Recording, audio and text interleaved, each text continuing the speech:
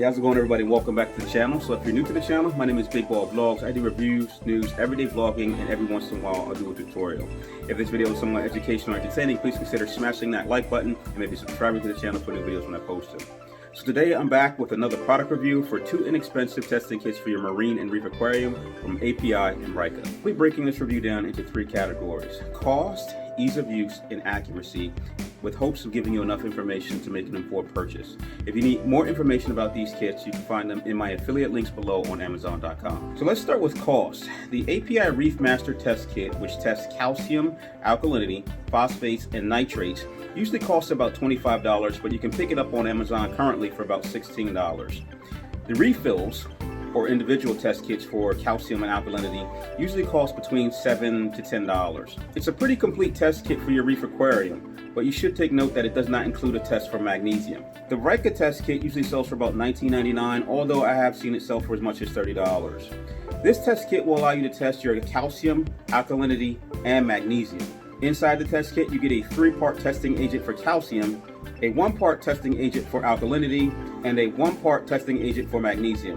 You also get a measuring spoon, a sampling cup, and a syringe for accurate measuring. So when it comes to ease of use, I found the API test kit to be easier to use. It simply requires you to count the amount of drops you're adding to your sample water, then check your instruction manual to quickly analyze your result. The Rikka test kit isn't as straightforward. For example, with the API test kit for alkalinity, 8 drops would equal an alkalinity or DKH of 8. For the Rikka test kit, you have to add up the amount of drops that you add to your sample, then multiply those drops by a factor of 0.3. You have to take similar steps for magnesium and calcium with the Rikka test kit. For example, again, for the API test kit, you simply have to add 2 different agents and then calculate the amount of drops by checking your reference manual for results. With the Rikka test kit, you have to combine 3 different agents for calcium with an additional for magnesium. You add up your drops, you multiply by a given factor, and then if you want to get the magnesium results, you subtract the magnesium results from the calcium results.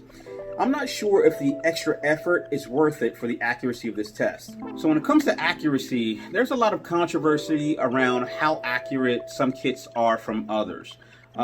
These kits are inexpensive, but you can spend upwards of $40 or $50 for a specific brand of test kit. I mean, there's plenty of them out there. There are the electronic Hannas, there are the Saliferts, there are the Red Seas.